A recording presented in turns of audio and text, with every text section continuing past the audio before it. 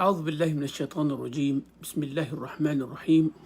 الحمد لله والصلاة والسلام على رسول الله وعلى آله وصحبه ومن تبعه وولاه وسلم تسليما كثيرا. أما بعد, my dear brothers and sisters, Masjid Salam and beyond, Assalamu alaikum wa rahmatullahi wa barakatuh.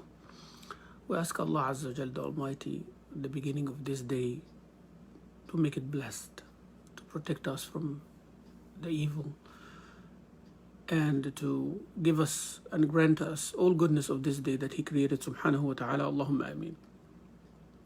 Inshallah, we'll do this daily khatira, and then inshallah we'll stop, and then we'll start Riyadh al-Salihin as usual on Sundays, inshallah Rabbil Alameen.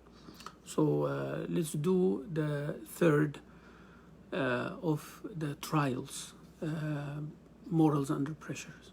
This beautiful morals that Allah Azza wa Jal made part of our deen.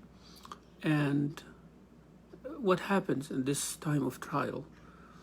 Time of trial is when the real test that shines the believer, that makes the believer shine in all his or her characteristics and aspects.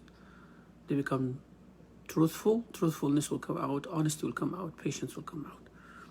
Sabr, patience, we always tell each other, isbir, sabr karo, be patient. But sometimes we do not grasp the full meaning of it. When Allah Azza wa Jalla said, وَالْعَصْرِ إِنَّ الْإِنسَانَ لَفِي خُسْرٍ إِلَّا الَّذِينَ آمَنوا وَعَمِلُوا الصَّالِحَاتِ وَتَوَاصَوْا بِالْحَقِّ وَتَوَاصَوْا بِالصَّبْرِ. Everybody is in loss except those who believed, did good deeds, and advised each other with goodness, and advised each other with patience. So patience here is a characteristic that Allah Azza wa Jalla associated with Iman. Also in Quran, Allah Azza wa Jalla associated sabr with salah. يا أيها الذين آمنوا استعينوا بالصبر والصلاة. In other ayah, واستعينوا بالصبر والصلاة. Seek help, and did not say seek help on what? All your affairs with sabr and salah. The half of the deen is sabr and half is shukr. So both are the two wings of the bird.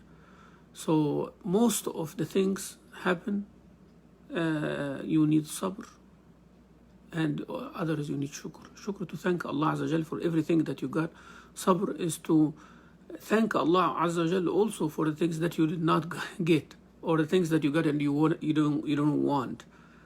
What is the meaning of sabr? Sabr means habs, imprisonment, means holding oneself, self-control, if you may say. So that's what the meaning of sabr. But in Sharia, it is controlling oneself within the limitations of Quran and Sunnah. Controlling oneself within the limitation, or confining oneself with the limitations of Quran and Sunnah, means this is my fence surrounding it. I'm not going to go out of that. And that is what many people do not understand. That's why you find people following their lust and desire, they don't have sabr. Even though you find them, like they are very patient, they are controlling themselves, and they're very nice, they are calm, but they are disobeying Allah Azza wa Jal. It does not mean that these people have sabr. No. Within that definition, you're confining oneself within the limitations of Quran and Sunnah. It means three types. That you have sabr to continue doing good, because there will be resistance and there will be temptations trying to get you out. You want to do salah, there are lots of temptations and distractions. You want it to be good, there is lots of temptations and distractions and the pressures around you. And then you continue doing ta'ah, obeying Allah. That is at a state of sabr. And that's number one sabr, by the way. The other sabr is to sabr an al-muharramat. That means you are controlling yourself not to do. The other one, you're controlling yourself to continue. This one, not to do. Lots of powers pulling you or pushing you toward the disobedience of Allah, and you are preventing yourself from doing that. You are standing still there. And the third type is to be patient when the calamities of Allah Azza wa Jal comes. And that is the one that we are focusing on.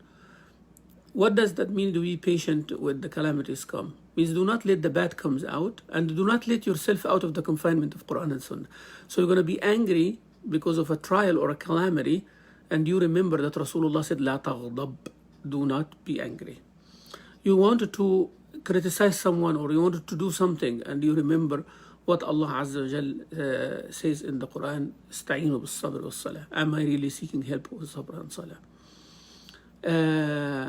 Someone pushed you and you want really to bring them down, and you said, no, this is going to be for myself personally. It's not going to be good for the community. I'm not going to do it.